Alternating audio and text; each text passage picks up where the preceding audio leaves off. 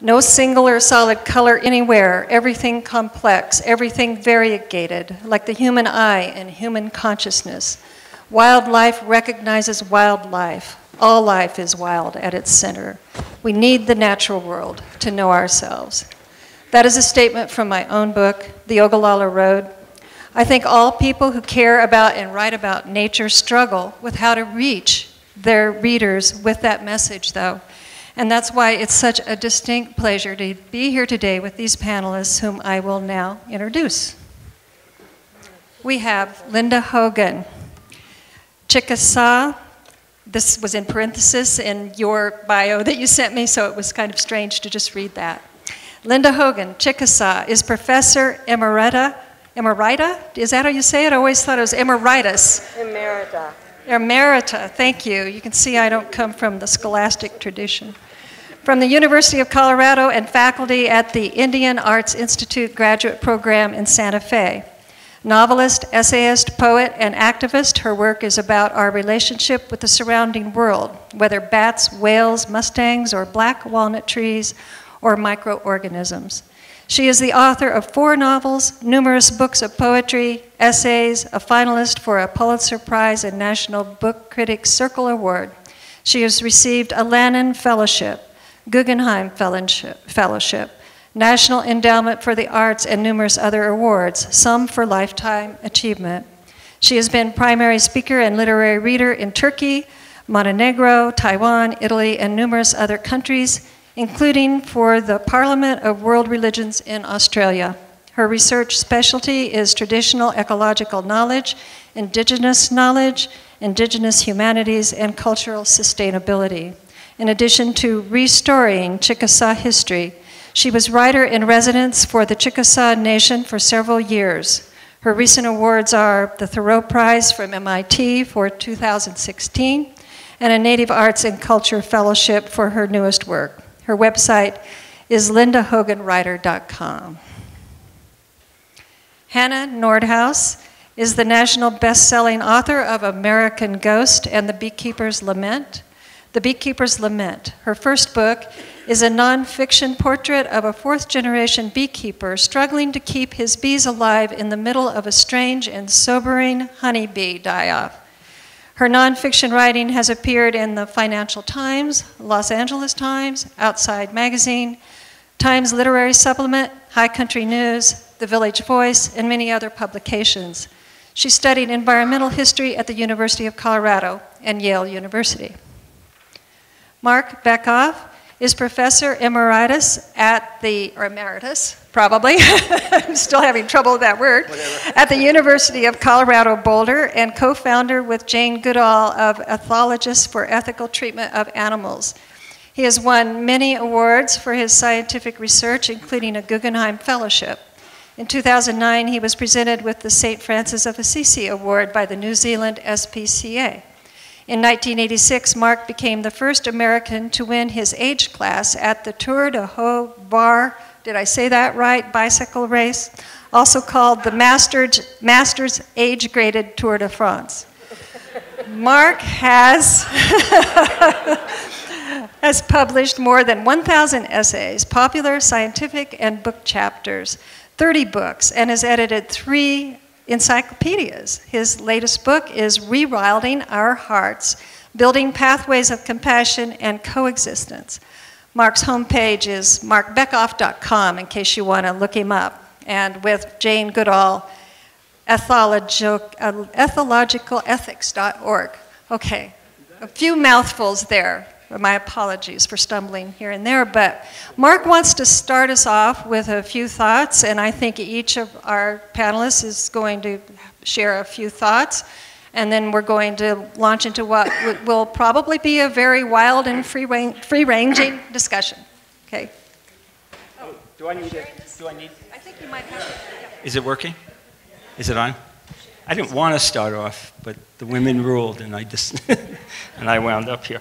Yeah, so I'm only going to say a few things. Thanks for coming. This is great. I had no idea how the festival would be received in Boulder, and not surprisingly, it's huge.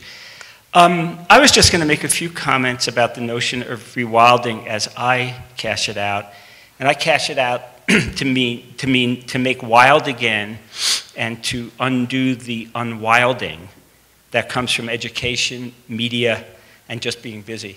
Because education really unwilds us. I mean, kids sit in school in front of screens all day.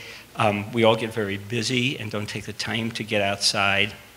And the media is often the worst. You know, you'll see some horrific human event and they'll say that the humans were behaving just like animals in a pejorative way. And that's just a real misrepresentation of who other animals are. They're not what other animals are, it's who they are.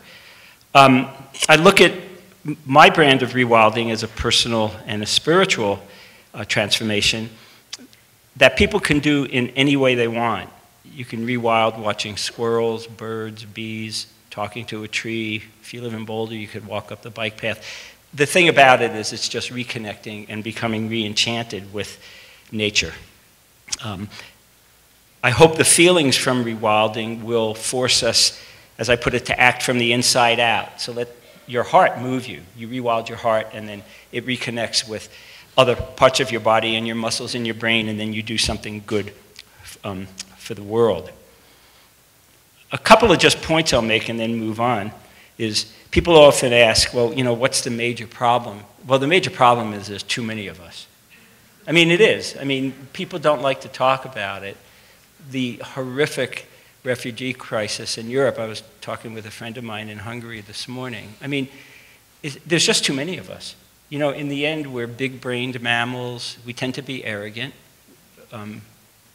We overconsume, and we make too many of us. And it's not wrong to sort of cash out who we are in some kind of biological life history type of a paradigm, because we do that freely for other species. So there's just too many of us. We consume too much. But having said that, we also do amazingly good things. I wrote recently that 99.9% of the people on this planet are good, compassionate, beneficent people. And I really believe that. It's just the few politicians or the relatively small number. Well, I mean, think about it, you know, who want war and do all the horrific things they do. So I really do, and new research is showing constantly that human animals and non-human animals are really inherently compassionate and are inherently drawn to nature. There's this phenomenon known as biophilia that draws us to nature. I'm just going to end with 2 points. One is that kids should be the focus for rewilding because they're future generations, and not only will they be making decisions for us, but I never understand when I give talks and people who are parents just are really flip about what's happening.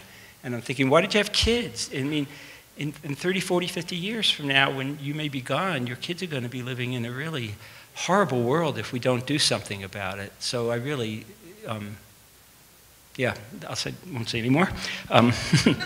So I'm just going to end now with what I call, it was originally the 8 Ps, and now it's the 10 Ps of rewilding, and we can talk about them.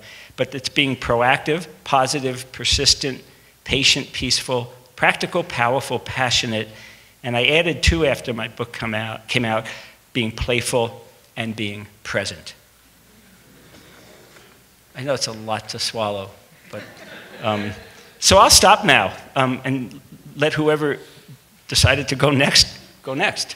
Oh, you're a tough act to follow. So I think we should all just go outside right now. And I think we should all go outside and rewild ourselves instead of sitting in a dark room.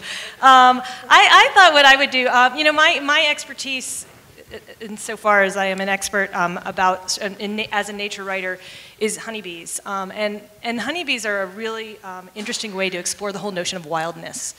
Honeybees, so my book, The Beekeepers Lament, is about a big commercial beekeeper who has 10,000 beehives, and he hauls them all over the West, pollinating crops for big almond growers, apple growers, cherry growers. And when I first met him was right when the honeybees started dying, and this thing called colony collapse disorder happened. And there's a lot of apocalyptic news about it, and people were very concerned. And that the bees were dying, and there are no wild bees. But in fact, there are no wild bees in America. There never were. They're not native to the United States. They're an introduced species. They first came over in 1622 with the Pilgrims, and the Indians knew them as white man's fly, and it was known that when the bees arrived, it meant that the white man was coming soon after. They were the advance edge of European settlement, sort of six-legged expression of manifest destiny. So the bees that you find in the wild, and you don't find many these days, are not wild, they're feral. They were a domesticated escapee, and a lot of them are dying now. They're nativized, they're part of our landscape, but they're not native. Nor do most of the crops that they pollinate aren't native either. So it's a non-native creature pollinating non-native crops, and there's nothing wild about that arrangement at all. It's something that evolved over millennia, but humans had everything to do with it. So, and I think this sort of plays off of what Marc's talking about. Our landscape, it is a very intentional landscape that we, even the places that are wild, are very human. That doesn't mean that bees aren't important. The beekeeper I write about, I mean, his bees are a tool of production agriculture, and they're really kept on life support by beekeepers now because they're so, bees are so global. Bees move around the world the way humans do, and their pests and pathogens move around with them, and there's not that much farmland, there's a lot of pesticides. But they've always been part of the human system. And so I think we have every reason to be concerned about their decline, and because they're the sort of charismatic mini fauna. There's been a big hue and cry, but they are, even though they're not wild, they're essential to our food system and they're essential to the way we live. So it doesn't really matter if they're wild or not. And so I think I would love to, with these folks, explore the whole notion of the human landscape, what is wild, what isn't, and then in that context, what it means to rewild. And I actually think it's a very optimistic concept, both rewilding and the whole notion that the landscape has been changed by humans, not just over the industrial era, but for millennia, and what that means for what we can do in the future.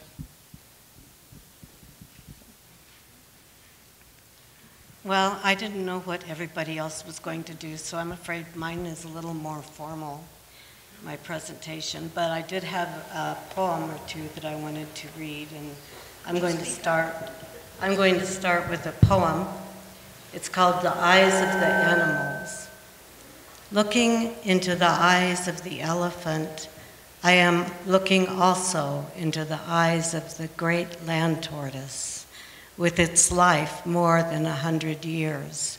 And I see the sand, the salt water from those eyes, the mouth, claws, flippers, hoof, trunk, all on the way to any water, across a changed world where nothing is familiar.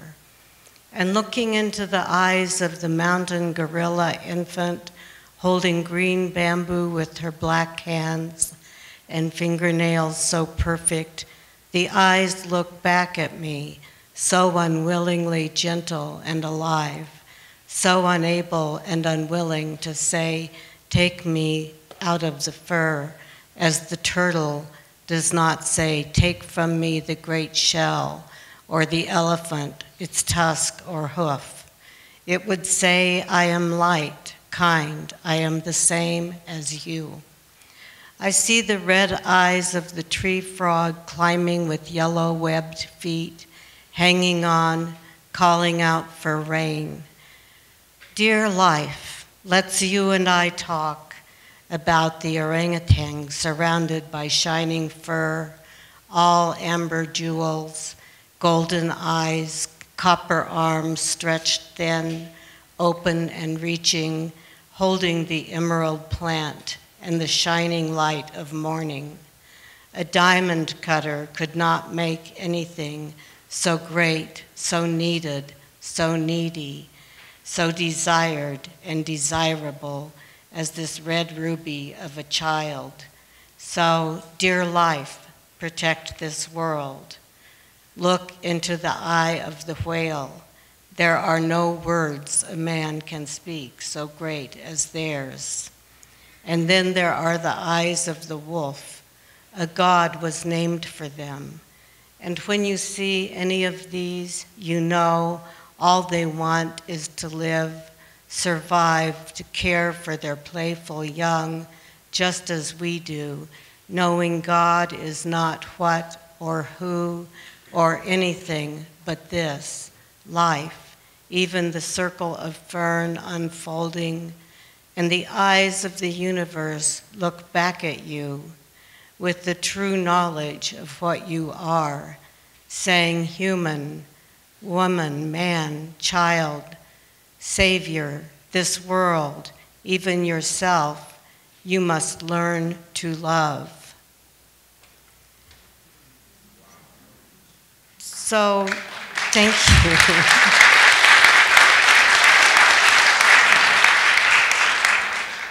It was from the concept of the title for the panel, Rewilding of the Heart. And I have a different list than Marc does.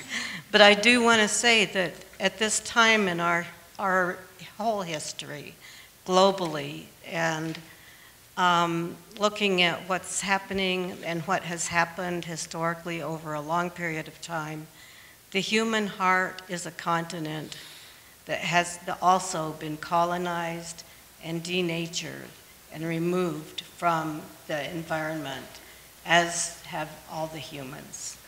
The process began in a time that we've probably forgotten, but it's continued and expanded through the heartless times of invasions of other lands where all are not seeing, feeling, alive, human, or aware of the pain that's caused, or that the world is its own intelligence, and all other beings have their own form of sentience.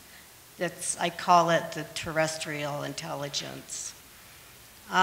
This is called civilization, colonization, removal from nature. And as Native peoples, we've all experienced this process of having others try to, quote, make you civilized, to enforce this through education, religion, and other methods. So I don't want to go on longer than everybody else did, but in a recent essay, I wrote The Great Without, talking about how perhaps if we look at what is in our heart, where the heart really lives, and what emotions are connected with it, then we also have to think about the human soul, what emotions are connected with that, and where does it live in our body. It does not live in the mind. It does not live in the heart. So my essay was called The Great Without, and what I was thinking was that there's a connection between the outside world and our soul and our inner world. And the two are in constant synapse back and forth together. And so only by understanding or envisioning the world in such a way are we open to our own vulnerabilities, but to supporting the lands, greeting the trees, knowing the animals, all of which have a different knowledge than we do. I'm lucky enough to live in a wilderness corridor and realize that all of the lives there, bears, wolves, yes, wolves in Colorado. And yeah, they've been here quite a while, but very well hidden unless they're hit on the highway. And mountain lions and all these animals recognize us. They watch us in our daily routine, including the bees. They know us, and the wasps. I had an alarm wasp that when I overslept and didn't open the windows, and I slept too late for their schedule, so I didn't open the window for them, came over me and where I was sleeping and buzzed extra loud to get out. So I called it my alarm wasp. So, we have all of these ways of trying to rewild ourselves. And some of the questions are, what do we rewild ourselves to? And one of the things I'm interested in is restoration of animals that have inhabited certain areas. With the restoration of the bison came back the waters that had been there only in stories but never existed there in the lifetime of anybody that was living. And the waters returned. As the waters returned, so did the grasses, and so did the insects and the birds. And so all of an whole environment was restored, just as if you plant all the trees back again. So I just wanted to end by giving some of my points. They don't all start with a P, I'm sorry. But I'm thinking about what is a healthy mind for a human being. We have to think about what is it that makes for a healthy mind. The next one is the importance of unlearning in order to create our new model. Ways of seeing the world that center on relationship with the world and not one that is human-centered. Indigenous stories, cosmologies, methods of agriculture and living that have worked for millennia without breaking down an environment.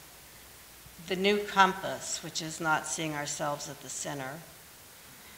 Biodiversity, sustainability that has been here for millennia and that we no longer have. The soul in the world, of the world, bringing into dialogue discussion with Eurocentric thought and philosophy, along with indigenous thought and philosophy throughout the world.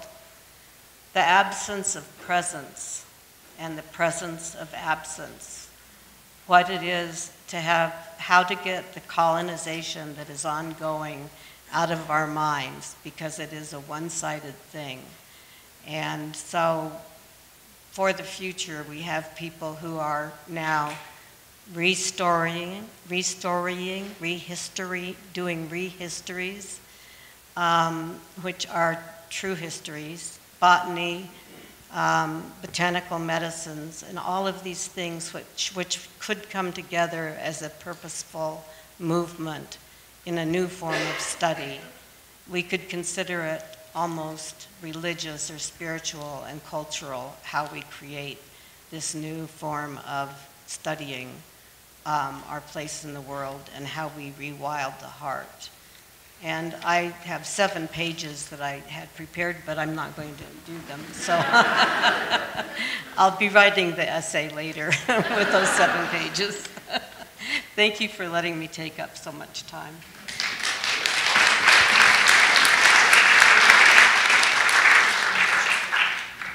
Well, why don't we proceed with one of these questions that's been thrown out here?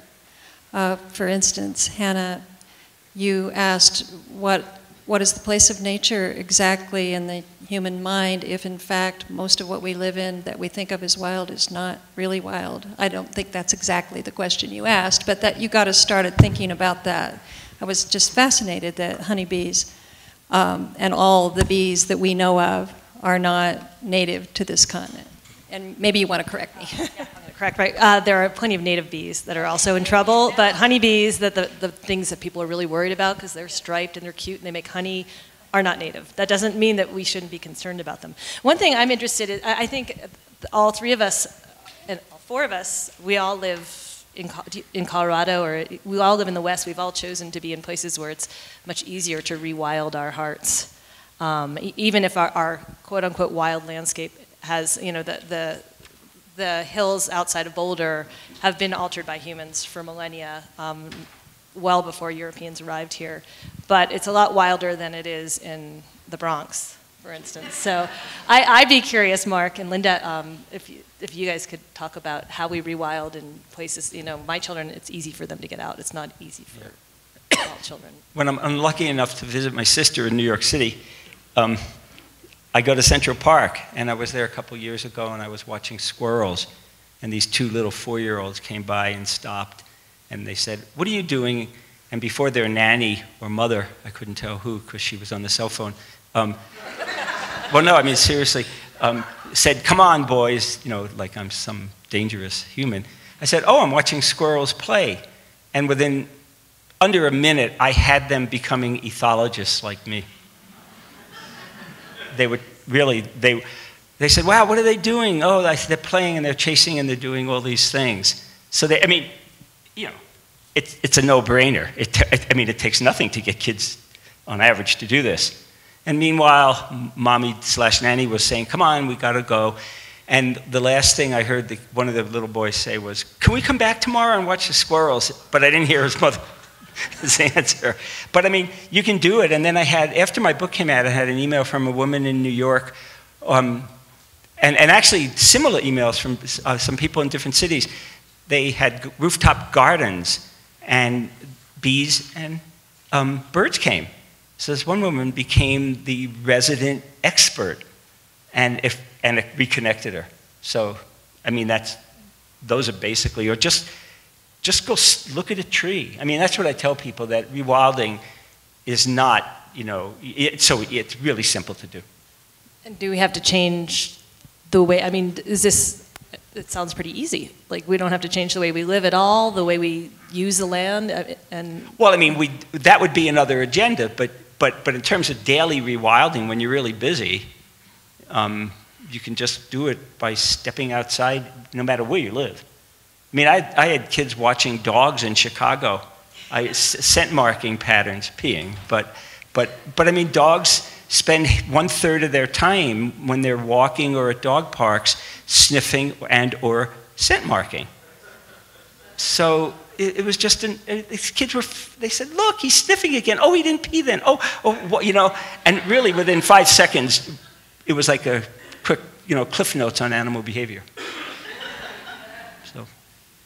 Well, another thing that I think about, which is in response to your question, is not just watching just as the observer, but also connecting with, for instance, if you go out and say hello to a tree or open a conversation with anything that's in your area, it suddenly responds, and you can feel it, and it opens to you.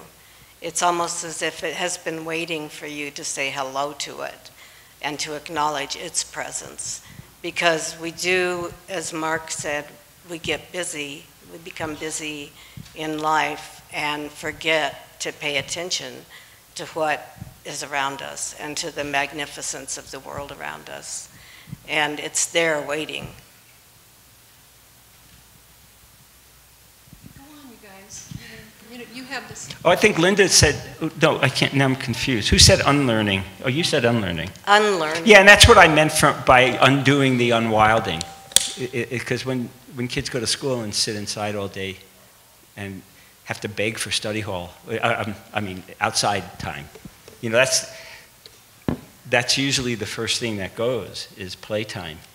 So you've got a bunch of duds. I mean, no, I mean, you do. They just sit inside all day and they play stupid war games and stuff like that. So that's what I mean by undoing the unwilding, undoing the unwilding or the unlearning. Then the kids have to unlearn these patterns. I mean, I've seen kids just say, oh, I'd rather just sit inside in a dark room playing, you know, different games than go for a walk. And you know, even in Boulder, where it's so easy to do. So I think the unlearning thing is really, as a biologist, what I really fear evolutionarily, and it'll be a long way down just because we have such a long generation time, but what I really fear is what the world may look like in generations down the line, because we now know that teenagers today are less empathic than teenagers were in 1960s. There's been some really good longitudinal work. That's a scary thought.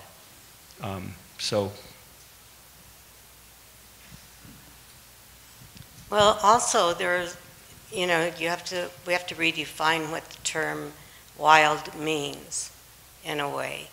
Because speaking of the city, years ago when there was a young woman that was out jogging who was attacked by some boys and raped and beaten almost to death.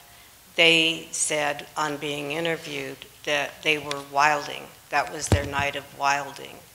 And so the idea of wild or wilderness has different connotations. For the first Europeans that came here, since they had already deforested their own land and had very little wilderness left. And in fact, if you go someplace like to Italy, people say, oh, the food is so good. But if you travel the country, you see that there's not much wilderness because it all goes into production of food for humans. And so, and the same thing happened in the 17th century when China had to kidnap village men and boys to send them to an island to collect bat guano to bring back to China to fertilize the land so that they could grow food for humans. That because of deforestation and all the other practices, then we're looking at a place that no longer has a wilderness. So we have that meaning for the word wilderness, and then we have the meaning here, which is like a very, you know, like you said, there's this playfulness to it, which is just go watch squirrels play, just be in touch with nature. But sometimes it's not that we can do that, but everyone doesn't have that privilege, and everyone doesn't think about it, and some people don't want to do that. So we have to think about all the different meanings of this word and how it can be applied to different situations. And doesn't anyone out here have a question for us? Oh, yeah. How are we going to handle just hearing what the audience... We have somebody running around here. There's a question over here.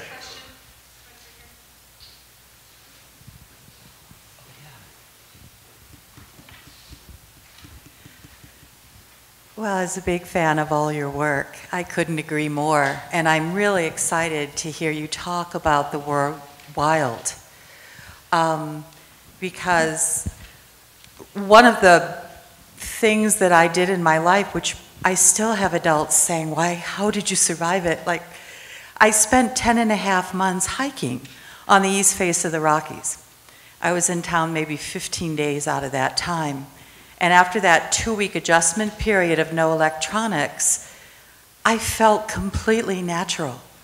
I loved being there. And the wilding for me was coming back into the city and experiencing the negative side of wild. And it still is hard. And I also share your concern and wonder how we are going to bring this love of nature back, because as one of those California pagans, one of the things that we're dealing with in our own community is the children don't want to camp anymore because it's dirty. Oh. And they were raised naked in the sky in the redwoods. I mean, it's challenging. So how do we, in a world of technology, bring dirt into a sacred, fun place? There's a great organization called Play Wales. I've gone to the International Conference on Play, and it brings together, the last one I went to, it's 600 people from 55 countries. And the slogan for Play Wales is better a broken bone than a broken spirit. So there's hope. No, I mean seriously. But I was doing a kids event, and the kids went out, and they had to have class afterwards, and the teacher was just really concerned that they wouldn't dirty their clothes, because when the parents came at the end of the day, you know who bore the brunt for that? Not the kid, the teacher. I mean, seriously, just said, well, you know, we can play, but we have to do it civilly. And I said, no, I did. And I think she got upset with me. I said, just go get down and dirty and go roll in the sand and be kids, because sooner than later, you're not going to be able to be kids. I mean, you hope they will be, but, you know, so, yeah.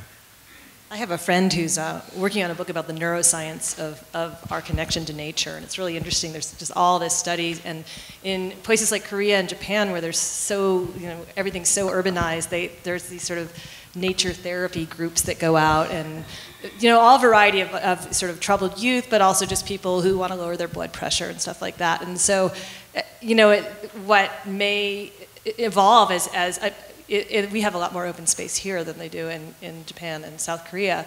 It may turn out that it becomes, it's like Soul Cycle, or Pilates. It's something you do as therapy.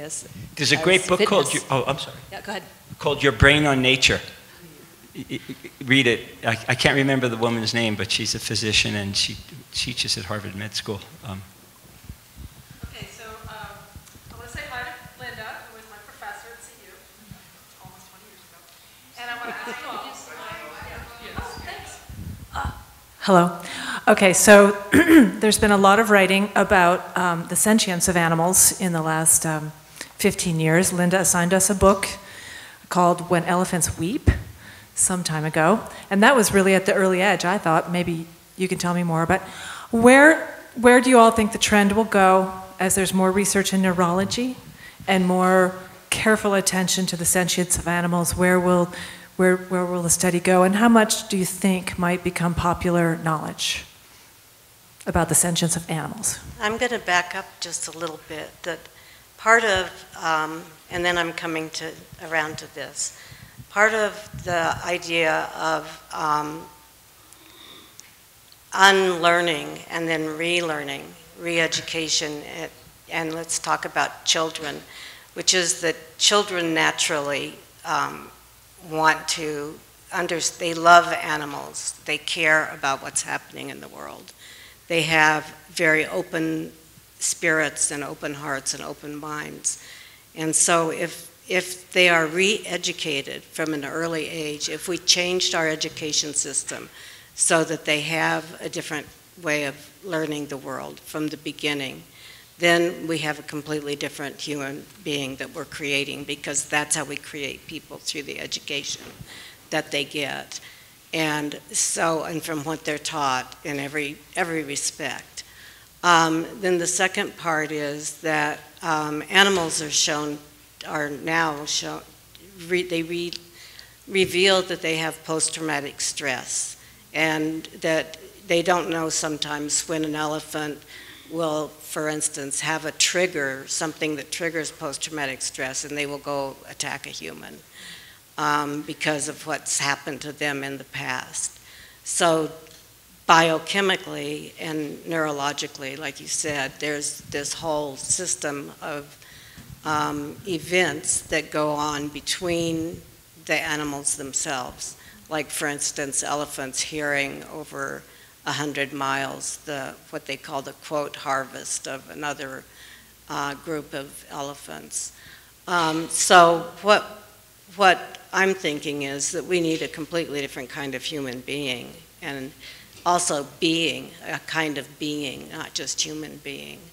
But that we are learning these things. And I took a class, an online class a couple of years ago from the Carullos Institute, where we did study neurology and animal behavior and humans, and the comparison between them.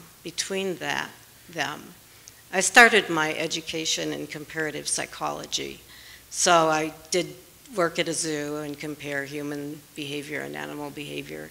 What was most interesting at the zoo was the people and how they related to the animals. You see some guy in a business suit that wants to make eye contact with this caged animal, where they're already marginalized because they're caged. They're not in their natural environment. And then I was driving here today and heard some program on the radio where they had a tiger in a small cage, and they said, "You want to hear this, how tigers howl?" And I thought, well, if I were in a small cage, I would sound pretty much the same way that they do. But we are re-educating people. I mean, we do have active education going on that's changing the way children and adults understand what's happening in the world. And, you know, for instance, if we move into their territory, what we can expect. And so it's not isolated anymore, like I think it was with the cutting edge books and things that we were looking at the time. Those things now are kind of things of the past, that we know those things happen and we're on to the next step. And if I can just go on a little bit longer here. I was just thinking, Marc is the expert on sentient, well, you are an expert on sentience of animals too, because your novels show the sentience of animals and human beings coming in touch with that, and even the sentience of rocks and trees and tables. Everything is a felt existence. But Marc has also written extensively about the sentience of animals, and I'd love to hear some of what you have to say about that, Marc. Oh, quick answer, sort of. No, I mean, the field is burgeoning. So I write regular columns for Psychology Today and Huffington Post on it. You can find them, I mean, really up to date. I have a book out here called Why Dogs Hump and Bees Get Depressed, and it's a series, it's a series of those essays, and it answers your question about the neurobiology of sentience, you know, and animal emotions. And I was going to talk briefly about a field that's growing rapidly internationally called compassionate conservation. We've had meetings in China, England, all over Australia. We just had one this summer. And what compassionate conservation does is it folds in sentience and the importance of individual animals into conservation decisions. And the two underlying mantras, if you will, the first is first do no harm, and the second is that individuals count. Because conservation biologists are typically concerned with species, populations, and ecosystems. And it comes back to sentience. So the research is growing, and to be honest with you, we don't need one bit of research more on sentience and animal emotions to know that we need to treat non-humans better. We just don't need, we don't. It's, so we know rats love to be tickled, rats laugh. I mean, this is hardcore scientific research. We know bees get depressed. I've been with PTSD elephants in Kenya. And if you don't think, if people say, do animals suffer from emotions, be with a 2-year-old who saw, heard, and smelled his family being slaughtered. So the good thing is, and I'm an optimist on a lot of accounts when maybe I shouldn't be, but the really nice thing in the study of animal sentience and animal emotions is it's growing and growing. And I have published many papers saying we don't need one more bit of data to treat the animals better. We can delve into the neurobiology of it if you want. The neurobiology on the humans, of course, is typically non-invasive. So I have friends who study rats. They know rats love to play, they laugh. Their laughter resembles human laughter. The neurobiology of rat laughter is just like human, and then they torture the rats. And so the big thing is there's knowledge gap where the Federal Animal Welfare Act in this country hasn't been revised since 1986, and rats, mice, birds, fish are considered not to be animals. And people don't believe this, but I could send anybody the quote that says we have redefined the word animal to exclude rats, mice, invertebrates, fish, etc. So this is something... anything that they do research on. Right, I mean, it's driven by money, but your question is critical because y'all can make a difference. I write Jared Polis all the time for people who live in Boulder. He's very sensitive to these issues. To get stuff on the table, Wildlife Services tortures and kills hundreds of thousands of animals each year, and now they are being scrutinized because of incessant pressure to have them do it. But the thing, that's why the thing that we have to work on now is the human. Yeah. The human part of it, which is how do we change people? Right, and let's get us to feel. It's obvious that animals feel. We need to feel. We need to wrap this up. I think it's 4 o'clock. Oh. I think we'll all be signing books outside. Just Rewild Your Heart.